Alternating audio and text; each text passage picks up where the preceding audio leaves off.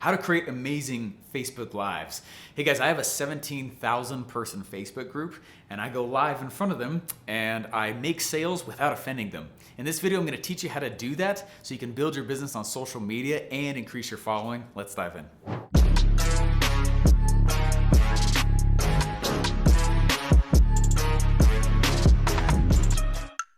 Hey guys, back in college, I had joined the Army and I was trying to become an officer and we were doing these sprints. We were sprinting around the track, doing crazy sprints, and I heard my phone chirp, and it was back when Periscope was a thing, if you remember Periscope, and it was Russell. And I was not working for him yet, but I was a big fan, and I ran over to my phone and I picked it up, and Russell's on there and he's like, all of you need to start publishing. That's the big gift that I have for you today. It'll change your life. All of you should publish. And I was like, nope. And I put it back down and I went back to doing sprints and running. And it wasn't until I started working for him, probably 6 months after that, that I started watching this guy who was the CEO of already like $100 million company spending time publishing. Like, think about this. Like, what would a SaaS CEO person be spending his time on? It was surprising to me because he would take his phone and he'd be on Facebook Live and he'd be like, what's up, it's Russell Brunson. You know, then he'd be taking his microphone and he'd be on his podcast, what's up, it's Russell Brunson. On his blog, what's up, it's Russell Brunson.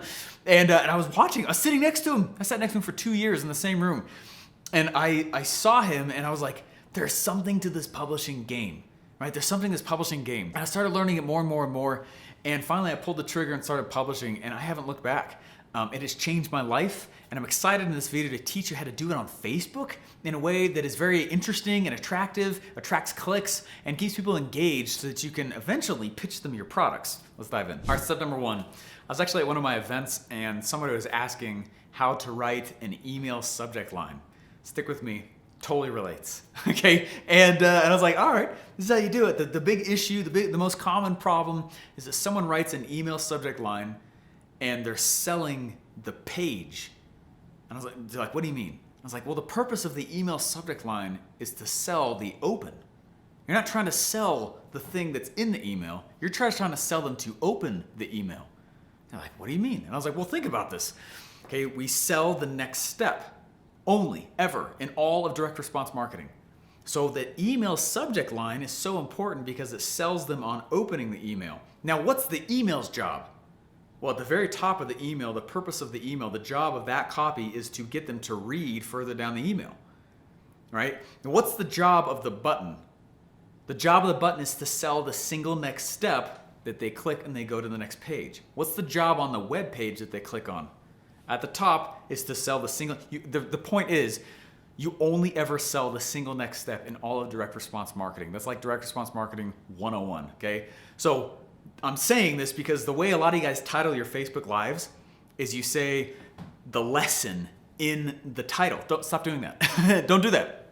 Okay? The purpose of what you write, the title, the way you title your Facebook Live, if you're trying to make Facebook Lives the rock, the Facebook Live title has to sell them on watching it, not on what you're talking about. Does that make sense?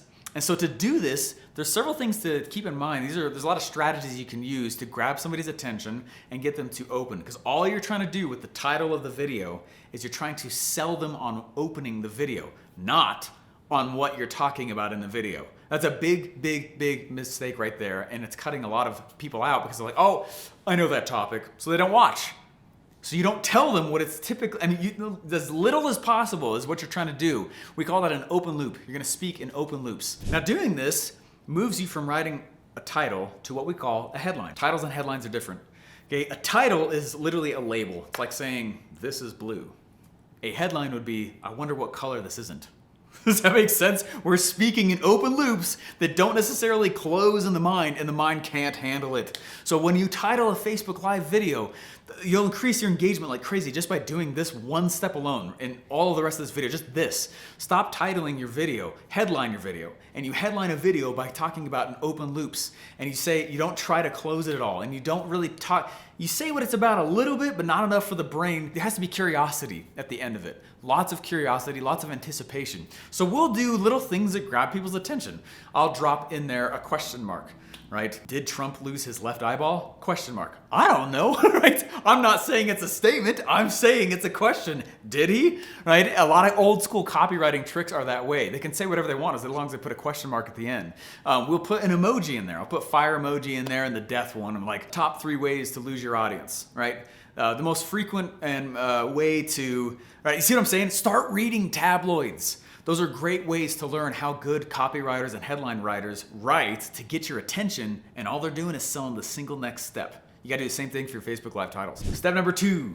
Hey guys, when you start your Facebook Live, let me just tell you, man, the attention span of people is so small. One of the reasons I talk so fast on this YouTube video is because I know that I have like a 6-second window where if I say nothing, you're gonna get really bored, okay? You're gonna get bored. I'm not trying to talk fast because I'm trying to be sneaky or sly or whatever. Literally, our attention spans are really short now. And they've gone from 2 minutes down to 6 seconds. And I think it's even less than that now. So when you start a Facebook Live, you are literally combating their natural instinct to click away from you. You don't have a lot to mess around with. So how do you start a Facebook Live that is interesting and engaging? The answer is to start with a story, but you start the story at a place of high drama. Think about Hollywood. Think about Hollywood movies. The best Hollywood movies start at a place of high drama. You begin the movie in the middle of an existing story, right? And something crazy is happening, something big is happening and going on. Just pay attention next time, the next of your favorite movies that you like. One of my favorite movies is The Bourne Identity. I love The Bourne Identity. And it starts with a dude floating in the ocean. You're like, what is going on, right? And this fisher boat pulls him in. It's all curiosity, place of high drama. A lot of, oh my gosh, can you believe this is happening? Now you want to do something similar. I'm not saying do explosions and crap on Facebook, but I'm saying you need to start the story at a very high place of drama where there is interesting things to listen to and to think about. And if you spend the first 2 minutes with ums and ahs and can everybody hear me, and go ahead and tell me in the comments below if you tell me, skip that crap. They can hear you. Phones have been around a while, all right? Stop doing that junk. Or Marley Jacks makes fun of the whole popping in. Just popping in, cut that crap out and start right at a place of high drama because you are fighting their natural instinct to leave you, okay? So I would have your Facebook Lives be anywhere from 6 to 12 minutes on average. Don't spend tons of time, get right to the point, but this is the pattern that I follow. This is actually how I know if I'm ready to do a Facebook Live, okay? So I first think through a story, I identify the place of high drama, and that's where I start the story. It's not that I won't tell the beginning, but it's a kind of a Quentin Tarantino move where you're going right in at the drama and then back up later on. I'm going to start with a story, and then I'm going to move to a principle to kind of nutshell what those two are about. They have to come together. And then I'm going to go to a call to action and let them know what happens if they don't move. That doesn't mean to be doom and gloom, but I'm going to tell them what it means if they don't act now, right? Then I'm going to remind them of the call to action again, okay? So that's it. Story, principle, call to action. Quick reminder of what happens if you don't move, call to action. And I do that, it doesn't need to be crazy. The story and the principle for me takes 2/3 of the time. But that's the pattern that I do and the pattern that people like to consume in. You're talking to the brain in the language it likes to consume messages in and actually take action on. So don't mess up the Facebook Live thing anymore by saying, can anyone hear me? We okay? Okay, now let's get started. Wow. Lots of crazy day again. Wow, it's a Tuesday, it's a Wednesday. Stop saying what day it is too. That drives me nuts. I don't know if people do that. Before I tell you how to engage with your audience even more naturally, I need you to subscribe. It's free for you. It means a lot for us. I say that a lot, but it's so true. Hit the like button if you're liking this stuff. Hit the thumbs down if you hate it too and you think my eyeballs are too big. I know, they're too big. I can't do a thing about it. I wake up like that every single morning. In the comments below, tell me the most ridiculous Facebook Live story that you can think of or you've seen someone else do. Leave out the name so that they're protected. Third step in creating amazing Facebook Lives, consistency. Just be consistent. One of the challenges that we used to give when I was a 2 X coach at ClickFunnels was to publish consistently for 1 year and you return back and tell us if your financial life has not turned around. It's that powerful. There is a magic to consistently publishing. Now, I'm not saying you gotta be 24/7 live. Probably people stop following you. Okay, but if you are out there and you're consistent and you're saying, hey, every Tuesday at 2 p.m., and I'm gonna have a taco. I don't know. You can theme them, right? And say every Tuesday at 2 p.m. I'm gonna go live and I'm gonna answer your top 3 questions I got over the last week. I'll do it publicly. All right, theming your Facebook Lives is a great way to stay consistent, and it actually trains the audience on what they can expect from you. This is a huge benefit. Let me just quick story with this. We created a show when I was working over at ClickFunnels called Funnel Fridays. Funnel Fridays was a show where all we did was build a funnel in 30 minutes, and we used the software called Funnel Scripts. Just by doing that, we didn't pitch. There was no pitch. There was nothing else. I believe they made $3 million in the first year just by doing Funnel Fridays.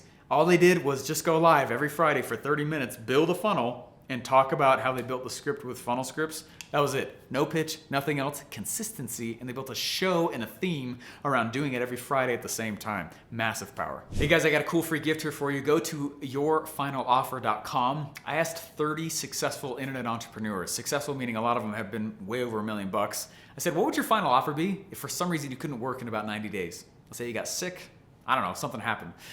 That's an intense prompt. And I had 60 of the 90 people not even respond to me, and a lot of them actually told me, said, you know what, we're not even gonna try to answer that. That's a hard question. But we're talking about traffic and Facebook here. What would you do to actually sell a final offer? It's free, the link is in the description and in the first comment, and in there you'll learn more about how to get consistent traffic to your offers.